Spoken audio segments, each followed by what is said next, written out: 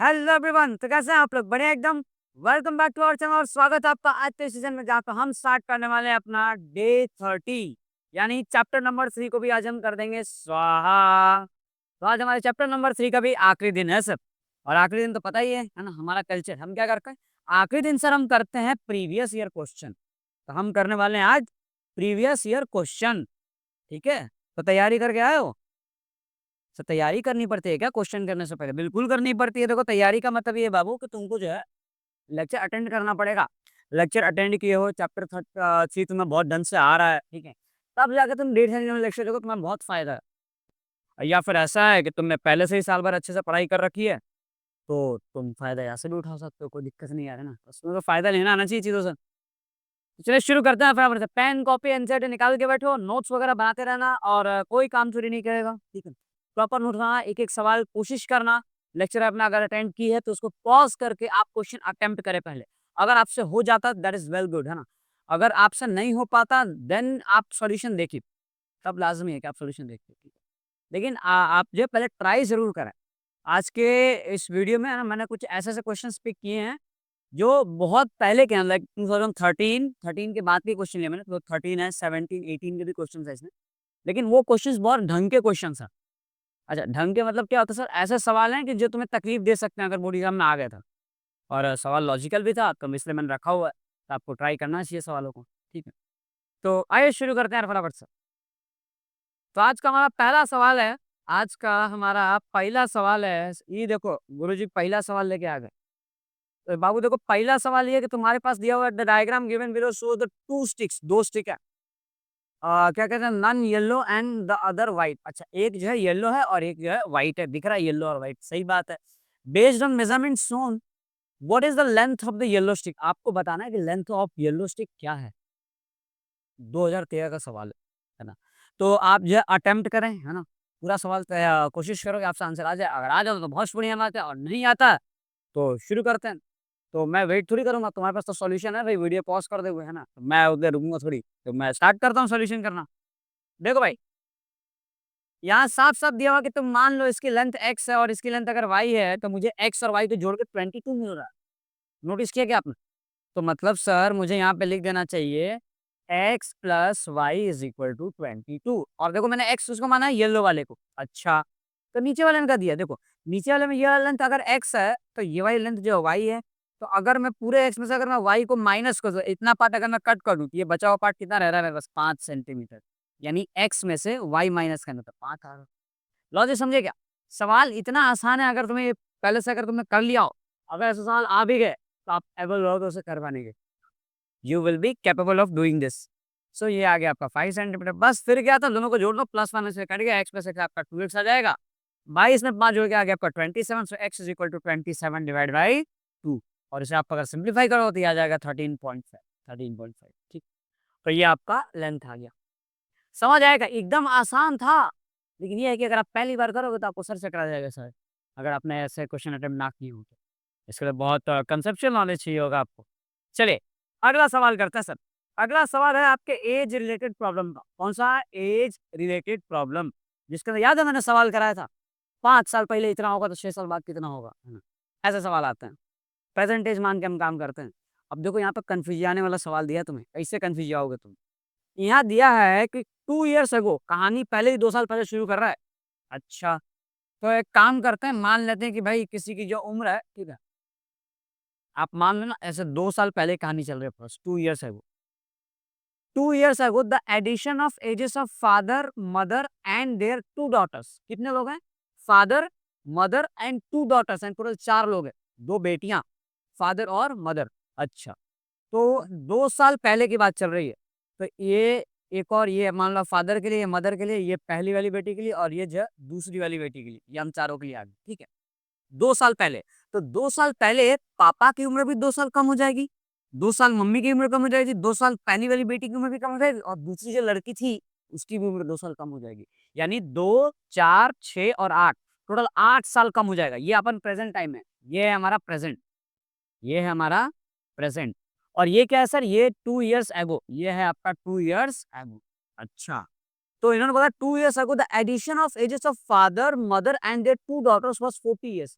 यानी 2 साल पहले इन चारों की उम्र को जोड़ के 40 साल हो रहा था।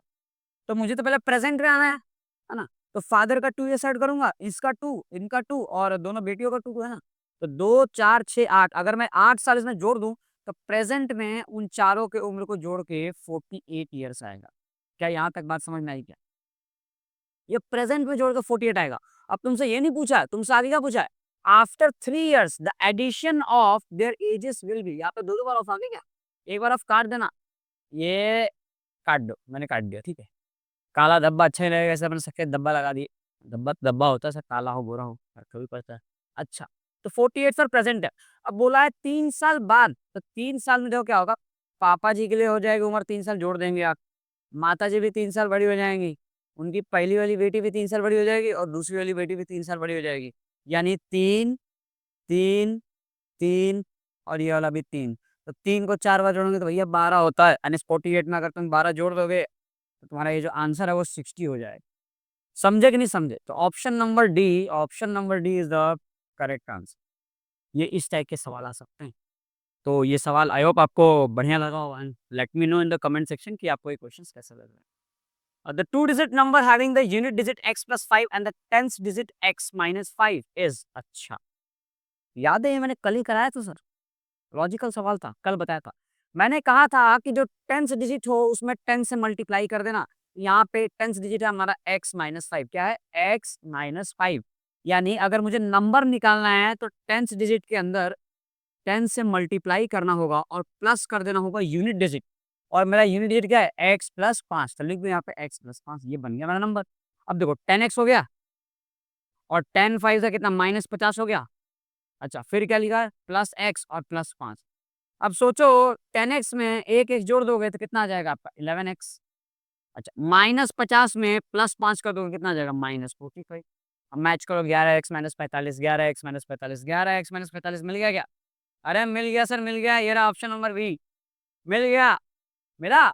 चलो नेक्स्ट क्वेश्चन करते हैं। अगला सवाल 2017 का है सर 2017 और 17 पे होता है खतरा इसलिए 17 वाला सवाल जो है करके जाना। ओके सर तो हमारे पास क्वेश्चन दिया है if x plus x upon में 3 इज इक्वल टू 16 बटे y then is equal to 4 अच्छा then x plus y is equal to something something something something something कैसे करेंगे देखो मैं तुम्हें बता रहा हूँ समथिंग समथिंग कैसे किया जाता है ठीक मतलब सवाल कैसे करते हैं ठीक है। तो ये दिया हुआ है एक्स अपॉन में 3 अब ये इसके इक्वल है और ये इसके भी इक्वल है भैया तीनों एक दूसरे के बराबर हैं। तो मेरी मर्जी ना मैं पहले वाले को उठा के तीसरे के इक्वल करूँ या पहले को उठा के दूसरे के इक्वल करूँ या फिर दूसरे को उठा के तीसरे के इक्वल करूँ तीनों बराबर है। तो मैंने क्या सेलेक्ट किया एक काम करते हैं मैं उठाऊंगा पहले वाले को x/3 को और इसको इक्वल करूंगा डायरेक्टली 4 के थोड़ा ज्यादा फॉर्म में आ गया हूँ ये 4 भी इक्वल कर समझे फॉर्म में आ गया sir x/3 will be equal to 4। अच्छा ये तो फिर आसान हो गया सर है ना ये तो मैं देख के बता दूंगा सर ये तो 12 हो गया x के लिए तो 12 आ गई बिल्कुल यही तो काम की बात थी यही काम की बात थी। और अगले अटेम्प्ट में क्या करो कि आप 16 में y को 4 के इक्वल कर दो तो हमने यहाँ पे किया 16 अपॉन में y इज इक्वल टू 4 तो 4 1 जा 4 और 4 6 4 जा 16 अब यहाँ पे y क्रॉस मल्टीप्लाई हो जाएगा 1 से यहाँ पे 1 बचा ना तो y 1 जा 1 तो यहाँ पे 4 आ गया इज इक्वल टू में आ गया y तो y की वैल्यू आ गई आपकी 4। अब तुमसे पूछा क्या है तुमसे पूछा है x में y को जोड़ दो भैया 12 में y सॉरी 12 में 4 को जोड़ दो कितना आएगा 16 तो x plus y is equal to sir 16 आएगा क्या आएगा 16। चलो अगला सवाल करते हैं। ये फिर से सवाल कुछ वैसा है जैसे आपने पहले किया था मैं बताऊं कौन सा सवाल ये कुछ ऐसा है देखो ये नहीं ऐसा ऐसा 2 साल पहले 3 साल बाद वाला एक बार कोशिश करो कि ये सवाल तुम खुद से अटेम्प्ट कर पाओ ठीक है। मैं हट जाऊँ ये लो देखो पूरा देख लो दिख रहा है ठीक है चलो पॉज करके देख लेना अब तो दिख जाएगा तुम्हें। हाँ तो अब शुरू करते हैं अपन Kinjal tells her sister that 3 years ago तो मैं अगेन 3 साल पहले आ जाऊँ ठीक है और ये मेरा प्रेजेंट टाइम होगा। ये फोटो सर आप काहे बनाते हैं फोटो देखो हम इससे बनाते हैं ताकि तुम्हें आसानी समझ में आ जाए ठीक है। ये है 3 साल पहले की कहानी 3 years ago the sum of your age and my age was 36 years अच्छा तो किंजल ने अपने बहन को बताया कि 3 साल पहले तेरे और मेरे उम्र का सम जो है 36 आ रहा था तो मतलब किंजल के लिए 3 साल कम हो जाएगा 3 साल पहले और इसकी सिस्टर के लिए भी 3 साल कम हो जाएगा मतलब टोटल 6 साल कम कर दो। 3 साल पहले उनकी एज जो है 36 साल थी एजेस का सम 36 था। अच्छा 3 साल पहले था ये तो अगर मुझे 3 अभी प्रेजेंट में आना है प्रेजेंट में तो 3 साल किंजल बड़ी हो जाएगी और 3 साल उसकी बहन बड़ी हो जाएगी। 3 और 3 कितना हुआ? 6। 36 में 6 जोड़ दिया तो प्रेजेंट में उन दोनों के एजेस का सम जो है 42 आ रहा है। 42 आ रहा है। अच्छा, अब आगे क्या पूछा है? Then tell me after 4 years, 4 साल बाद, यानी ये है 4 years later. 4 years later. Letter ये सर वो चिट्ठी वाला लेटर नहीं है। लेटर मतलब होता है बाद में, है ना। लेटर का मतलब क्या होता है? बाद में। तो तुम भी पढ़ाई करोगे बाद में। देखो कहता है सर कल पढ़ेंगे, कल जैसा कुछ होता ही नहीं है। जो करना आज कर लो। अच्छा सर, तो किंजल के लिए 4 साल जोड़ूंगा और 4 साल जोड़ूंगा उसकी बहन के लिए। तो 4 + 4 कितना हो गया सर? 8। यानी 42 में 8 जोड़ दो तो 42 + 8 हमारे जमाने में मिलकर 50 हुआ करता था सर। हमारे जमाने में 42 में 8 जोड़ने पे 50 आता था। अब देखो तुम्हारे जमाने में क्या आ रहा है। तो 50 50 50 50 ईयर्स कितना हुआ सर? 50 ईयर हो गए। 50। 50 जानते हैं? 50 कहते हैं 50 को। अच्छा, ई तो सर वो शॉर्ट ट्रिक वाला सवाल है क्या? शॉर्ट ट्रिक वाला सवाल है, बताए थे तुमको। देखो क्या बताए थे तुमको मैंने बताया था कि अगर x plus b y is equal to, मान लो C1 दे रखा है, कोई नंबर है, और अगली बार क्या हो कोफिशिएंट चेंज हो जाए, ये बी जो इधर आ जाती है बी एक्स प्लस ए वाई हो जाए, ठीक है, और इज इक्वल टू C2 हो जाए। ऐसे केस में तुमसे एक्स प्लस वाई या फिर एक्स माइनस वाई अक्सर पूछा जाता है। अगर एक्स प्लस वाई पूछे दोनों को जोड़ कर कॉमन ले लो, और अगर एक्स माइनस वाई पूछे तब भी दोनों को जोड़ कर कॉमन ले लो। आसान तो था, बताए थे ना तुमको। सर एक काम करो, बोलने में कुछ नहीं रखा, करके दिखा दो। चलो इस चीज को उठा के मैं यहाँ रख देता हूँ। लो तुम्हारे लिए मैंने रंग बदल दिया। लाल कर दिया मैंने, लाल। आ जाओ, शुरू करें मेरे लाल। अच्छा, तो हमारे पास सर सवाल दिया 17x + 29y is equal to 63 and 29x + 17y is equal to 75, then y minus x का whole square is equal to that. अच्छा, y को प्लस में रखना है तो एक काम करो, दोनों को माइनस करो। ये देखो दिया 17x + 29y is equal to 63, और यहाँ तुमको दिया हुआ है 29x plus plus plus plus 17y is equal to 75, 75। कर दो सर, माइनस कर दो। जैसे ही तुम माइनस करोगे, जैसे ही तुम माइनस करोगे, देखो क्या होगा तुम्हारे साथ, माइनस माइनस माइनस। 17 में से 29 जाएगा, कितना बचेगा? 3 और 9 आपका हो जाएगा 12, तो ये आपका हो गया -12x। अच्छा, तो यहाँ पे आ जाएगा आपका 29 माइनस 17 हो जाएगा +12y, और 63 में से 75 अगर आप माइनस करोगे, ये मिल जाएगा तुम्हें -12। अच्छा सर, अब आगे क्या करें सर? अब एक काम कीजिए, बड़े शिद्दत के साथ आप 12 को ले लीजिए कॉमन। यहाँ पे क्या मिलेगा आपको? 12 को कॉमन लेने से ये हो जाएगा -x, क्योंकि देखो मैंने 12 कॉमन लिया है, -12 कॉमन नहीं लिया है, माइनस अंदर रहने दो। अब प्लस हो जाएगा आपका y और इज इक्वल टू हो जाएगा -12। तो भैया 12 से 12 कट जाएगा, यहाँ बचेगा 1, तो -x। अच्छा एक काम करो, y को पहले दो, तो y minus x is equal to -1 आ रहा है। अब तुमसे पूछा है कि y माइनस एक्स का होल स्क्वायर बताओ। अगर मैं दोनों साइड से स्क्वायरिंग कर दूं तो -1 का स्क्वायर जो है +1 होता है। क्या होता है? +1। सर +1 टिक करेंगे, -1 बेटा +1 टिक कर देना। आंख बंद करके +1 टिक कर देना, भरोसा रखो। ठीक है, चलो इतना शक अच्छी नहीं, अच्छी बात नहीं होती। तुम्हें शक तो नहीं आ रहा मेरे पे? अच्छा, ये सवाल फिर वैसा आ रहा है, मैं नहीं कर रहा ये सवाल, ठीक है। ये देखो मिलता जुलता सवाल है। हाँ, तो ऐसा नहीं मैं कर नहीं रहा, मैं तुम्हारे पे छोड़ रहा हूँ, तुम कमेंट करके मुझे बताओ, है ना। ये 13 यहाँ दिख रहा है, यहाँ पे 13, ये वाला 13 जो है इसमें आ गया, और इसका जो 19 है वो इसमें आ गया। तुम्हें बस इतना बताना है कि सर एक्स में वाई जोड़ दोगे तो कितना आएगा। एक्स में वाई जोड़ोगे तो how much it will come. बहुत सॉलिड अंग्रेजी है सर आपकी, होनी भी चाहिए। ये क्या कर दिया मैंने, फिर से ऐसा सवाल दिया क्या? अरे यार ये कितना सवाल दे रखा है। ये अगला सवाल भी वैसा ही है, 2023 का सवाल है। ये भी क्या है, खुद से करोगे क्या? अच्छा कर, ठीक है, थोड़ी बहुत मेहनत करो, ये चीजें तुम कर लेना, ठीक है। दोनों को जोड़ देना, 27 और क्या ऐड होगा सर? चलो एक काम करता हूँ, मैं कर देता हूँ। तो 27x + 63y is equal to 45, और यहाँ दिया है 63x + 27y is equal to 135। अब सर x + y की वैल्यू निकालनी है, कैसे निकालोगे? दोनों को जोड़ के निकालेंगे सर, और कैसे निकालेंगे? फटाफट से जोड़ेंगे, 7 और 3 हो जाएगा तुम्हारा 10, 0 क्या ही बचा, 1, 3 और 6 आ जाएगा आपका 9, ये होगा 90।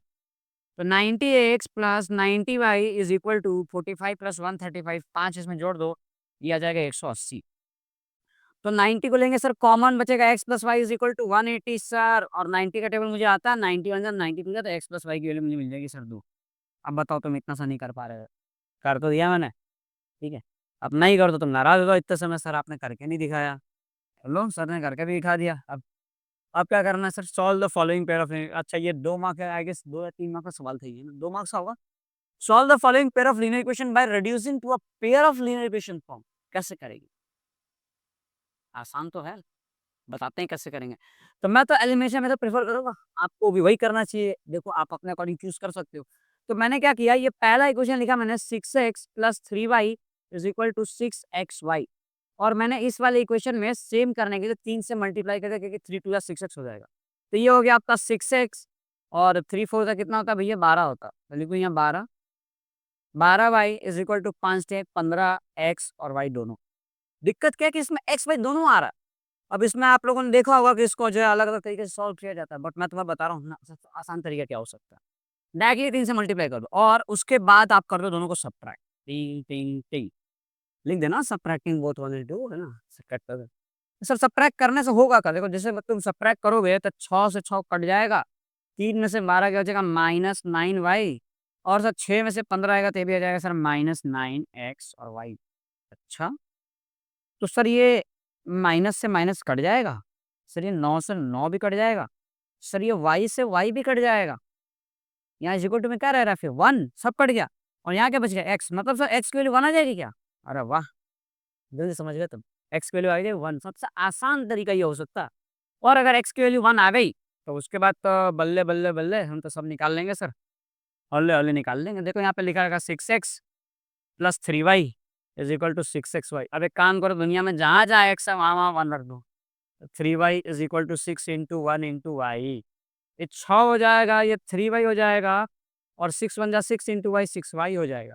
अब 6y में 3y को माइनस कर दो, तो 6 इज इक्वल टू 6 माइनस 3 होता है 3y, 3 बन जा 3 टू जा, तो y की वैल्यू तो मिल जाएगी यहाँ से 2। तो x की वैल्यू भैया 1 है, और y की वैल्यू है 2, बजाओ ताली। देखा आसान तरीका, बताया था ना, चुटकी बजा के आंसर आ जाएगा। ठीक है, आगे बढ़े। आज के लेक्चर का आखिरी सवाल होगा सर, और आखिरी सवाल ऑफ दमदार भी, दमदार मतलब ऐसा कि अगर तुम्हें कंसेप्ट ध्यान में है, तो तुम ये सॉल्व कर पाओ। ये भी आपके रिसेंट का ही सवाल है, आई गेस 2020 का क्वेश्चन है ये, इनफाइनाइटली मेनी सॉल्यूशन का क्वेश्चन है, कैसे करेंगे। अब अगर मैं तुम्हें एक रिलेशन याद है, कोफिशिएंट्स वाले में बताया था a1/a2 b1/b2, अरे वही पवित्र रिश्ता याद है, a1/a2 is equal to b1/b2 is equal to c1/c2। तो अगर तुम ऐसे पवित्र रिश्ताएं ढूंढते जाओगे हैं, तो बाबू कैसे चलेगा? रुको तुमको याद दिलाते हैं। हमने बताया था सर कि अगर किसी इक्वेशन में a1/a2 is equal to b1/b2 is equal to c1/c2 हो जाए, तो उसे हम कहते हैं इनफाइनाइटली मैनी सॉल्यूशन। सही है, ये तो हम बताए रहे हैं तुमको, infinitely many solution. Okay sir, noted sir. तो अब इसका उल्टा सोचो, अगर तुम्हें पहले से बता दिया जाए कि इनफाइनाइटली मैनी सॉल्यूशन है, तो क्या मैं ये नहीं कह सकता कि उसमें फिर ये कंडीशन अप्लाई होगी? एग्जैक्टली कह सकते हैं, बिल्कुल कह सकते हैं, क्यों नहीं कह सकते सर? आप कहो, हम आपके साथ हैं। तो लो मैंने कह दिया, अब इसको उठा के अपन यहाँ पर रख दे रहे हैं। ठीक है, अब ये तुम्हारी कंडीशन हो गई। अब आ जाओ यहाँ पे सवाल शुरू करते हैं। यहाँ बोला गया फाइंड द वैल्यू ऑफ के for the following equations having infinitely many solutions. तो ये है मेरा पहला वाला इक्वेशन, लिख दे रहा हूँ मैं, है ना? तो इस वाले इक्वेशन में मुझे ए की वैल्यू नजर आ रही है a1। एक काम करो, पहले वाले को आप a1 रख देते हैं। तो मुझे a1 की वैल्यू नजर आ रही है सर 3। मुझे b1 की जो वैल्यू नज़र आ रही है सर, वो कितनी आ रही है? माइनस फिर क्या है, k+1, जो y के आगे लगा हुआ वो। और फिर मुझे c1 क्या नज़र आ रहा है? c1 नज़र आ रहा है मुझे 20। Done sir? Okay sir. आगे देखें, यहाँ पे बताओ a2 कितना है? a2 आपको साफ-साफ नज़र आएगा। a2 क्या है? सर a2 की वैल्यू दिख रही है k+2। Done sir. b2 की वैल्यू बता दो। b2 की वैल्यू दिख रही है -10, तो लिख दो यहाँ -10, कोई दिक्कत ना है। और C2 कितना है तुम्हारा? C2 जो है तुम्हारा 40 है। देखो लॉजिकली मैं तुम्हें बताऊँ तो तुम तो इसका आंसर ऐसे ही बता सकते हो। कैसे बताओ पता है? 4 आएगा आंसर। अब कैसे देखो, C1 C2 दिख रहा है, C1/C2, C1 अपॉन में C2 20/40 कितना आ रहा है? 1/2 आ रहा है, दिख रहा है 1/2, मतलब जो C1 होगा उसका डबल हो रहा है C2, तो जो A1 है उसका डबल होना चाहिए A2। तो A1 3 है तो A2 6 होना चाहिए। अब यहाँ पे 2 में क्या जोड़ के 6 आएगा? 4 तक की 4 कैसे आएगा? देख के आ गया। चलो सॉल्व कर लें अपन। तो पहले अपन सॉल्व करते हैं। तो सॉल्व करने के लिए हमें क्या करना पड़ेगा? हम यहाँ पे करेंगे a1/a2 is equal to b1/b2। अब इस पे हम कंडीशन में पढ़ रहे हैं। a1 क्या है हमारा 3, और A2 कितना है sir, k+2 is equal to B1 कितना है, -k+1। तो रख दो यहाँ पे। एक काम करो, B1 B2 मत करो, डायरेक्टली C1 C2 कर दो, डायरेक्टली C1 C2 कर दो, फायदा होगा करोड़ों का फायदा। C1/C2, तो C1 कितना है 20। C1 C2 सर क्यों लिया आपने, क्योंकि इसकी वैल्यू मुझे पता है, ठीक है। अच्छा, तो जैसे ही आप ऐसा करोगे, यू विल रियलाइज सर ये तो कट के 1/2 आ रहा है, बिल्कुल। और 3 में k+2 की जो वैल्यू है वो 1/2 आ रही है। क्रॉस मल्टीप्लाई करो, 3 2 जा आपको मिल जाएगा 6 और यहाँ मिल जाएगा वो k+2। अब 2 को उठा के माइनस करो, 6 - 2 आ जाएगा 4, तो 4 की वैल्यू क्या आ जाएगी, यानी k की वैल्यू 4 आ जाएगी। डन, समझ आ गया आपको? चलिए वेरी गुड। तो आई होप आप बहुत अच्छे से तैयारी कर रहे होंगे। देखो बोर्ड एग्जाम में बहुत ज़्यादा टाइम नहीं रहेगा आपके पास, ठीक है? तो पढ़ाई से लापरवाही ना करें, है ना? और देखो ये बहुत लोग कहते हैं कि हाँ, घूमना-फिरना भी तो ज़रूरी है, लाइफ भी तो एन्जॉय करना है। इट्स ओके, अगर ये चीज़ें सही है, अगर आप लाइफ में कामयाब नहीं होना चाहते तो ठीक है। बट अगर आपको चीज़ें ढंग से करनी है, अगर आपको 10th में अच्छा स्कोर करना है, तो ये सत्य है सर कि आपको मेहनत तो करनी पड़ेगी। स्कूल हर कोई जा रहा है, ट्यूशन हर बच्चा जा रहा है, तो आप उसमें कुछ अलग क्या कर रहे हैं, ठीक? तो वही चीज़ें आपको आगे जा लेके जाएँगी, जो आप थोड़ा-सा अलग करके कहते हैं ना समथिंग एक्स्ट्रा, तो वही समथिंग एक्स्ट्रा आपको करना होगा। ठीक है सर? आई होप आप बहुत अच्छा कर रहे हो, ठीक है? तो चलिए मिलते हैं अपन नेक्स्ट वीडियो में, टिल दैट आप पढ़ाई करते रहें, ध्यान रखें अपना, ऑल द बेस्ट सभी को। बाय।